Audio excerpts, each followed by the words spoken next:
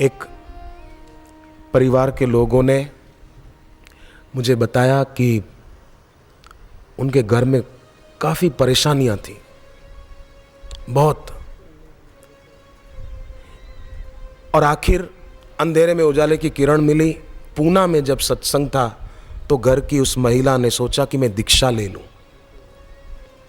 उस बहन ने मुझे बताया कि दीक्षा लेने की इच्छा तो थी, पर माला खरीदने के पैसे नहीं थे, इतनी गरीबी।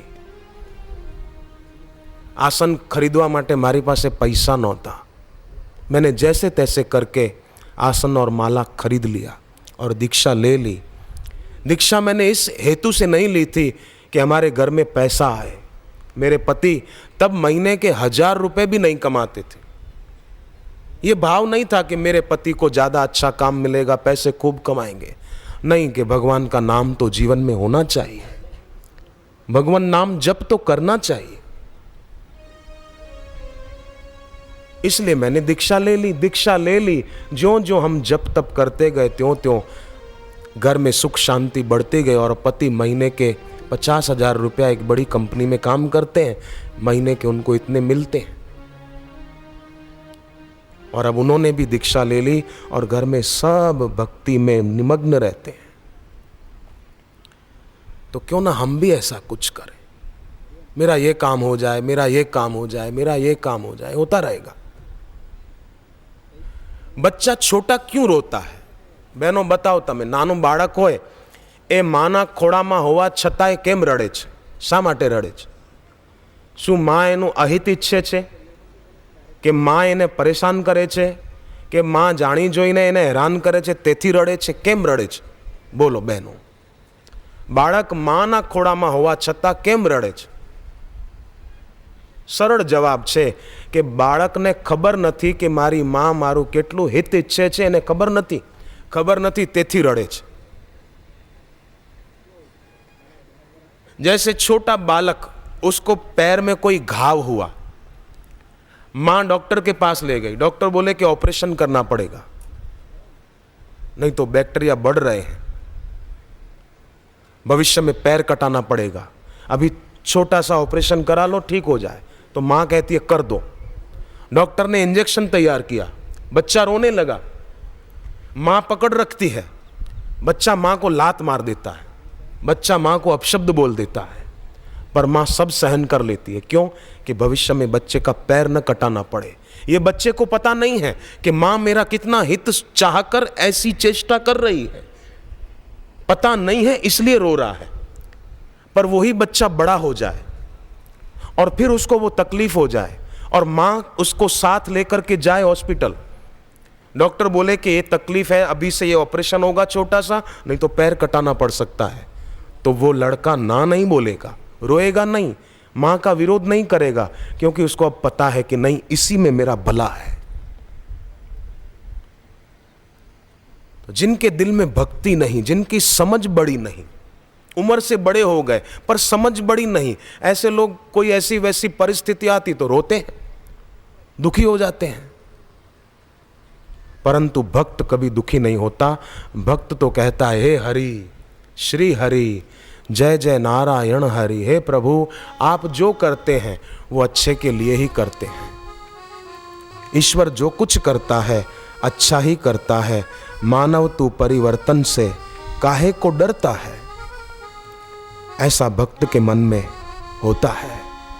हे हरि, श्री हरि, जय जय नारायण हरि, हे हरि, श्री हरि, जय जय नारायण हरि, हे हरि, श्री हरि, जय जय नारायण हरि, हे हरि, श्री हरि, जय जय नारायण हरि।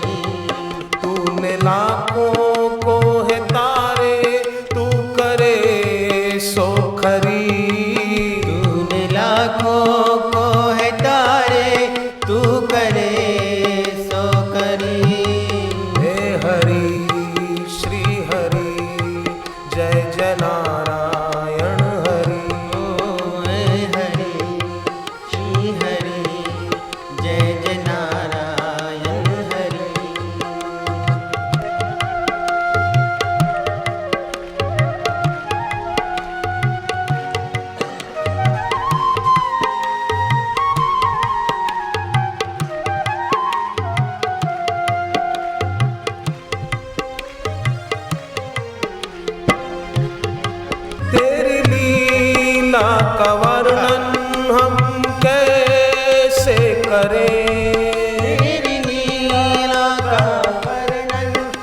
हम कैसे करें, तेरी लीला का वर्णन कैसे किया जाए, हो ही नहीं सकता।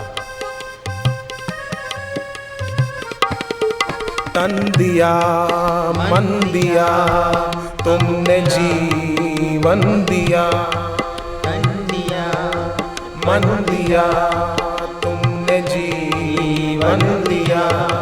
तुम हो सबके प्राण प्यारे, तू करे सो करी। तुम हो सबके प्राण प्यारे, तू करे सो खरी। तुम तो सबसे हो न्यारे, तू करे सो करी। तुम तो सबसे ओ न्यारे, तू करे वो खरी। हे हरि श्री हरि जय जय नारायण हरि। हे हरि श्री हरि जय जय नारायण हरि, जय जय नारायण हरि। जय जय नारायण हरि, जय जय नारायण हरि। भक्त वो होता है जो अपनी मांग नहीं रखता, अपनी इच्छा नहीं रखता, तू करे सो खरी। मुझे जो मिला हे भगवान मेरा नहीं है, आपका दिया हुआ है।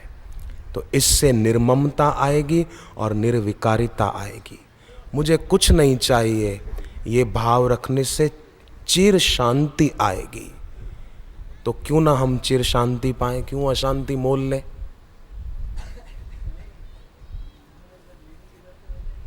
एक और बहन ने मुझे बताया, पूना में, महाराष्ट्र की तरफ भक्तों को कृपा की अनुभूतियां बहुत होती है, बहुत पत्र आते, महाराष्ट्र के सबसे ज्यादा आते मेरे पास।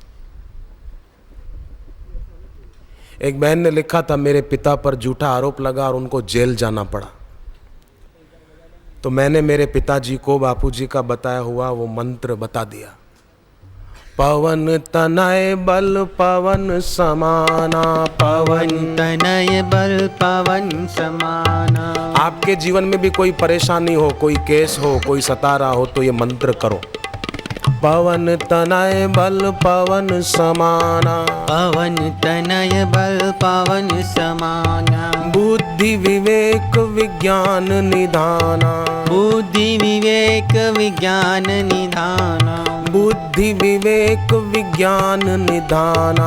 बुद्धि विवेक विज्ञान निधाना। कवन सो काज कठिन जग माही, कवन सो काज कठिन जग माही। कवन सो काज कठिन जग माही। कवन सो काज कठिन जग माही। जो नहीं हो ही तात तुम पाही, जो नहीं हो ही तात तुम पाही। जो नहीं हो ही तात तुम पाही। जो नहीं हो ही तात तुम पाही। जय सिया राम जय जय सिया राम। जय सिया राम जय जय सिया राम। जय सिया राम जय जय सिया राम। जय सिया राम जय जय सिया राम।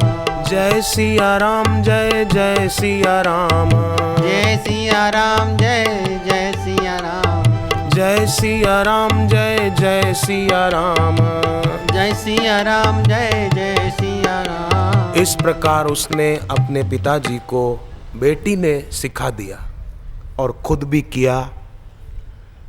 तो बाप जो थे ना, वो कभी कभी बेटी को सेवा करने से रोकते थे। ऋषि प्रसाद की वो सेवा करती थी तो बाप रोकता था, इतनी करने की क्या जरूरत है। बाप ने मंत्र जप तो किया ये, पर रात को सपने में बापूजी के दर्शन हुए उस सज्जन को जेल में। और बापूजी ने कहा कि तुम्हारी बेटी को अच्छे काम के लिए जाती है, कोई गलत रास्ते तो जाती नहीं, तुम क्यों रोकते हो उसको। उसको रोकना नहीं, आज से वादा करो कि उसको तुम सत्संग में सेवा में जाने से रोकोगे नहीं।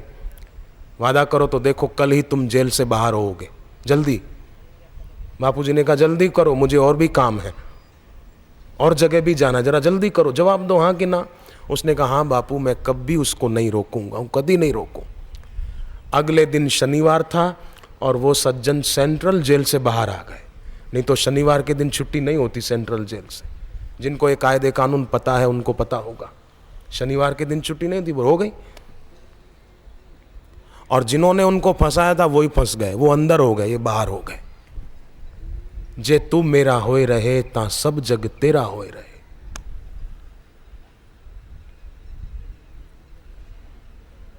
तू था मारो तो हूं था तारो, तू नहीं मारो तो माथू कुटतारो। तो जीवन में खास ध्यान रखा जाए, उसी के जीवन में सुबह होगी, बाकी तो रात बनी रहेगी। किसके जीवन में? कि संदेह मौजूद न रहे, श्रद्धा ऊपर ऊपर की न हो। हाथ जोड़े तो खड़े होते हैं कई लोग, पर हृदय में संदेह का कीड़ा खदबदाता रहता है। झूठे आस्तिक व्यक्ति की अपेक्षा सच्चा नास्तिक ज्यादा अच्छा है। दम्भी झूठा आस्तिक, उसकी अपेक्षा सच्चा नास्तिक अच्छा।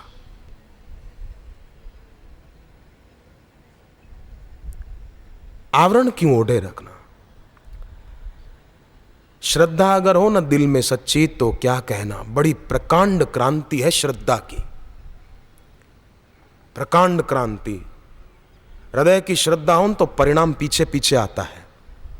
श्रद्धा से बड़ी कोई क्रांति नहीं है। और संदेह के द्वारा व्यक्ति कुछ भी नहीं पा सकता, सिर्फ गंवाता है।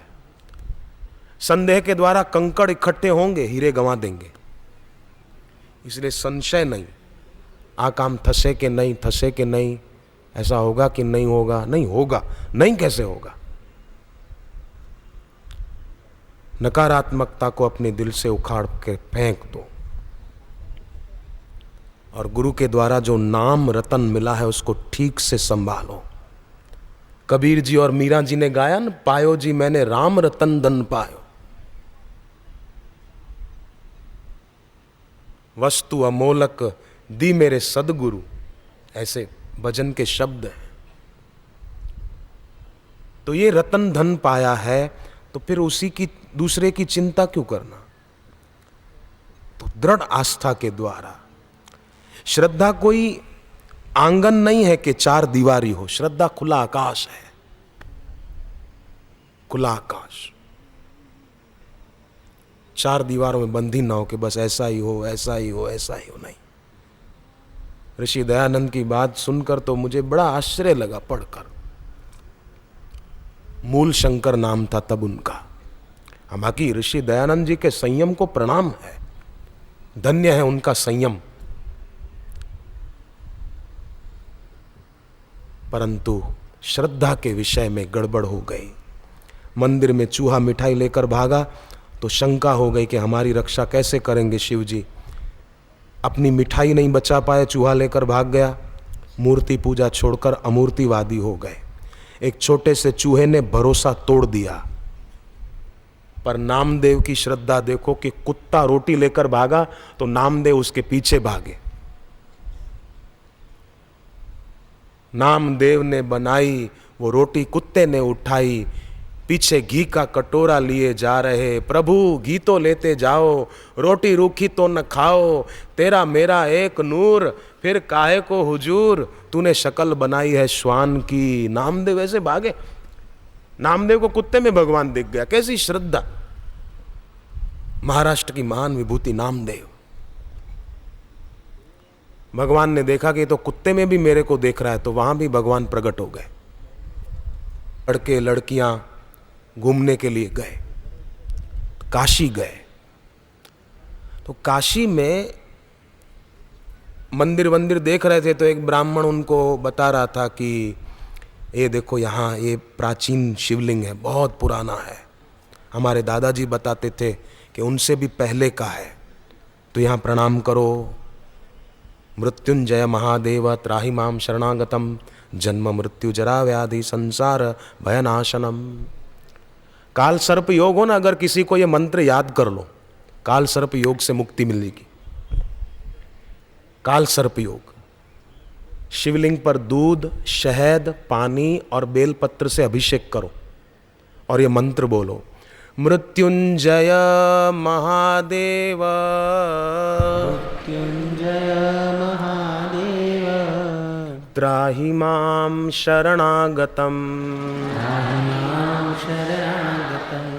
जन्म मृत्यु जरा व्याधि संसार भयनाशनम।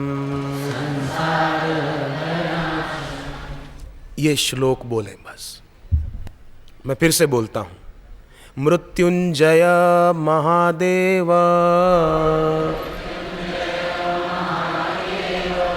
त्राहि मां शरणागतम् जन्म मृत्यु जरा व्याधि संसार भयनाशनम।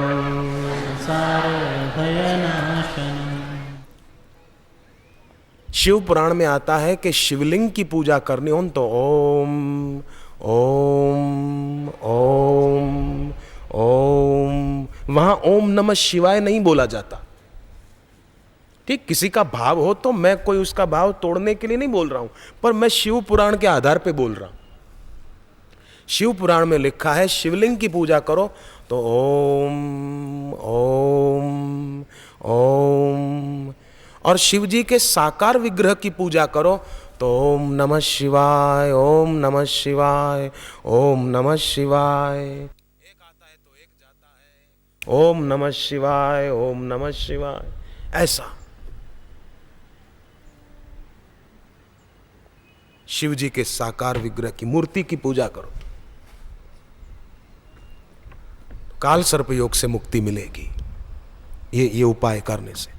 ज्यादा काल सर्प योग की तकलीफ हो तो एक चांदी का पतला नाग और नागिन का जोड़ा बनाकर शिवलिंग पर अर्पण कर दें बस,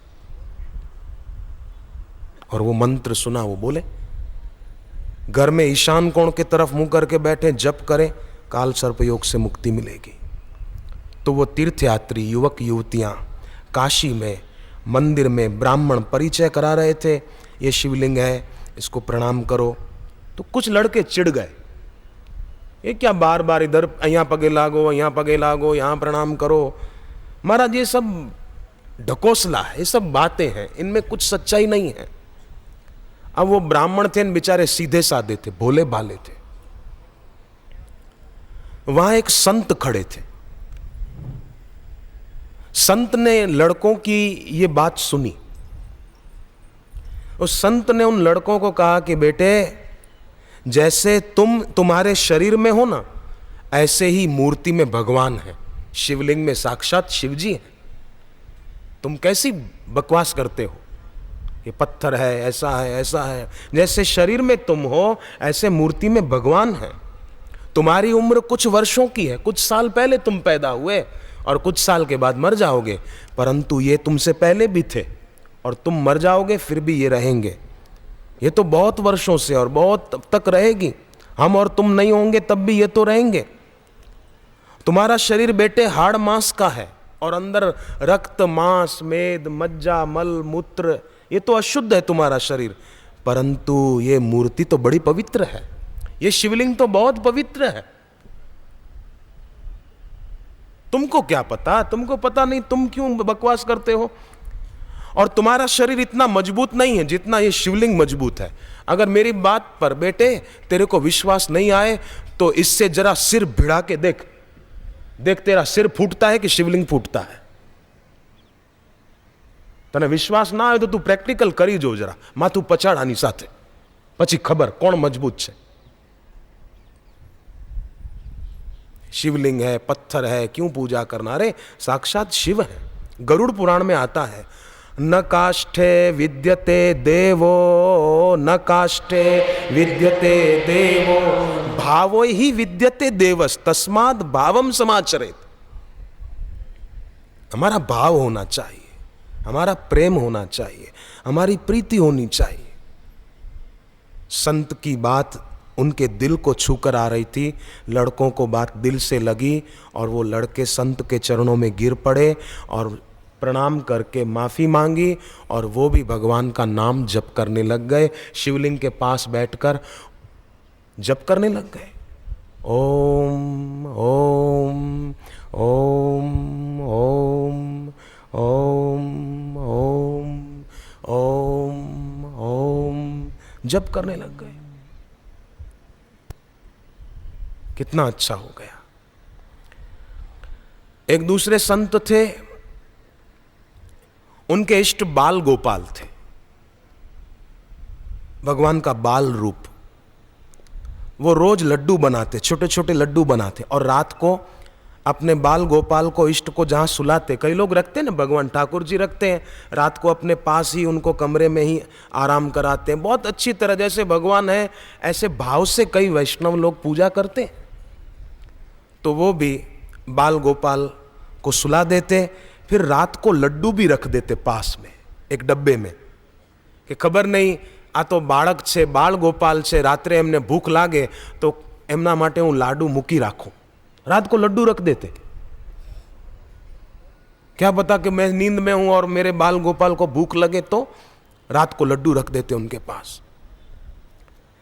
तो एक बार क्या हुआ कि रात को वो लड्डू रखना भूल गए। रोज रखते थे, एक दिन भूल गए, थके हुए थे शायद, नींद आ गई।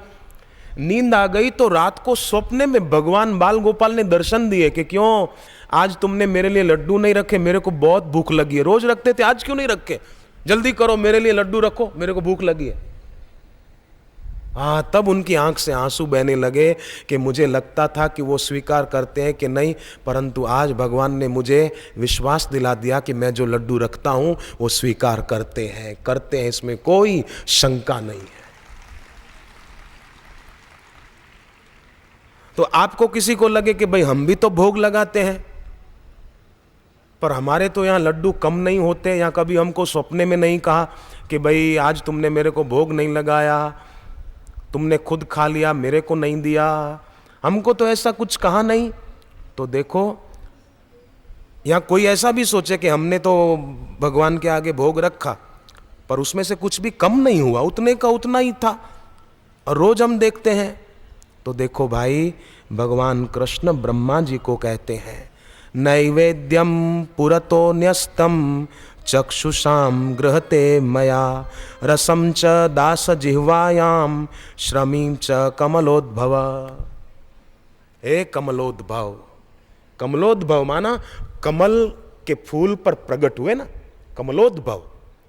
भगवान कृष्ण कहते हैं ब्रह्मा जी को, हे कमलोद्भव, मेरे सामने जब कोई भक्त कुछ भोग रखता है, कुछ मिठाई, कुछ खाना, सब्जी, रोटी जो बनाया हो, जो भोग रखता है भक्त, तो मैं उसको नेत्रों से ग्रहण करता हूं। सांभर जो ध्यान थी, भगवान कहते हैं ब्रह्मा जी, कोई भी भक्त मेरे आगे कुछ रखता है तो मैं उसको नेत्रों से ग्रहण करता हूं, नेत्रों से, आंखों से। न्यस्तम चक्षुषाम ग्रहते मया, आंखों से ग्रहण कर लेता हूं, और उस भोग का रस मैं भक्त की जीभ के द्वारा लेता हूं। भक्त जो खाता है ना फिर भगवान को भोग लगाकर, तो मैं भक्त की जीभ के द्वारा उसका स्वाद लेता हूं। कितनी ऊंची बात स्वयं भगवान कृष्ण ने कही है, ब्रह्मा जी को कही है।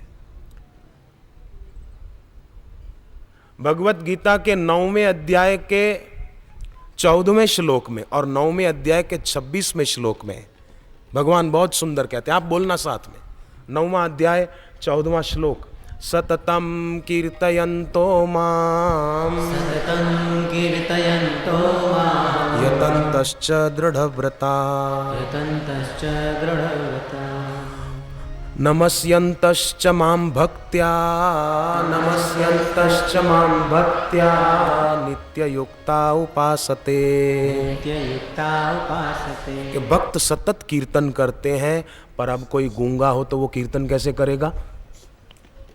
सततम कीर्तयन्तो माम, जो बोल सकता है वो कीर्तन कर पाएगा, गूंगा होगा कैसे कीर्तन करेगा? उसको तो बोल ही नहीं पाता। तो भगवान कहते हैं कोई बात नहीं, उसके लिए भी साधन है। नमस्यन्तश्च माम भक्त्या, केवल मेरे को नमन ही कर ले बस, हाथ जोड़ वंदन करूं, धरूं चरण पे शीश, ज्ञान भक्ति मोहे दीजिए परम पुरुष जगदीश। हाथ जोड़ मांगे सदा तुमसे यही वरदान, एक पलक बिसरे नहीं गुरुवर आपका ध्यान। नमस्यन्तश्च, भगवान कहते हैं खाली नमन कर ले तो भी मैं स्वीकार करता हूं। ये 9वें अध्याय का 14वां श्लोक है, 9वें अध्याय का 26वां श्लोक। पत्रम पुष्पम फलम तोयम, पत्रम पुष्पं फलं तोयं यो मे भक्त्याम प्रयच्छति। कोई भक्त मुझे प्रेम से तुलसी का पत्ता अर्पण कर दे, एक फूल अर्पण कर दे, फल अर्पण कर दे। अरे फल खरीदने के पैसे न हो, गरीब है कोई, तो खाली पानी अर्पण कर दे तो भी भगवान कहते हैं वो मैं स्वीकार करता हूं। इसमें कोई शंका नहीं है। रावण ने की शंका तो जल गई उसकी लंका। एक संत थे, रोज भगवान को काजू बादाम किशमिश पिस्ता अखरोट सूखे मेवे का ही भोग लगाते थे कि हमारे ठाकुर जी को साधारण भोग क्यों लगाऊं, बढ़िया बढ़िया चीज भोग लगाऊं। हम बढ़िया खाते हैं तो ठाकुर जी के आगे ऐसा वैसा भोग क्यों रखे। પણ લોકો બહુ હોશિયાર થઈ ગયા, સારું ઘી હોય ને તો પોતે ઠબારે, અને ઘી જરા એમ ગંધ આવતી હોય ને તો કે દીવામાં વાપરી કાઢશું આપણે, દીવા માટે મૂકી દો। अच्छा अच्छा खुद स्वाहा करेंगे, थोड़ा घी में स्मेल आई दो कि दिए में वापरी नाखशु एमा। बढ़तु घर कृष्ण अर्पण कहेवत छे। तो संत का नियम था काजू किशमिश बादाम ये सूखा मेवा का ही भोग लगाते थे। एक बार कुछ ऐसा हुआ कि उनके पास काजू बादाम कुछ था नहीं और कुछ पैसे भी खत्म हो गए थे और कुछ महंगाई भी बढ़ गई थी। तो उन्होंने सोचा कि अब काजू बादाम तो मैं और खरीद नहीं पाऊंगा, तो सींग ले आए, मूंगफली ले आए। कब वो काजू नहीं तो यही सही, मूंगफली भगवान के आगे प्रसाद में चढ़ा दी। थोड़े दिन तक मूंगफली ही चढ़ाते रहे, काजू बादाम किशमिश ना पैसा नहीं, मोंघवारी, मूंगफली चढ़ाते। थोड़े दिन बीते, फिर उनके पास जब थोड़ी सुविधा हो गई पैसों की, पर फिर भी वो मूंगफली की आदत पड़ गई उनको, सिंग साकर या मुकी देता बस। तो एक रात को भगवान ने स्वप्ने में दर्शन दिए उस संत को और कहा कि क्यों बाबा, अब क्या मेरे को खाली मूंगफली खिलाते रहोगे। तब उनको हुआ कि अरे प्रभु प्रभु प्रभु क्षमा करे, प्रभु क्षमा करे क्षमा करे, माफी मांगी और अगले दिन फिर काजू बादाम रखने लग गए। सबसे ऊंची प्रेम सगाई, सबसे ऊंची प्रेम सगाई, दुर्योधन के मेवा त्यागे, दुर्योधन के मेवा, साग भी दुर्घर खाए मेरे मोहन, साग दुर्घर खाए मेरे मोहन, शबरी के बेर सुदामा के तांदुल, सबरी के बेर सुदामा के तांदूल, रुचि रुचि भोग लगाए मेरे मोहन, रुचि रुचि भोग लगाए मेरे मोहन।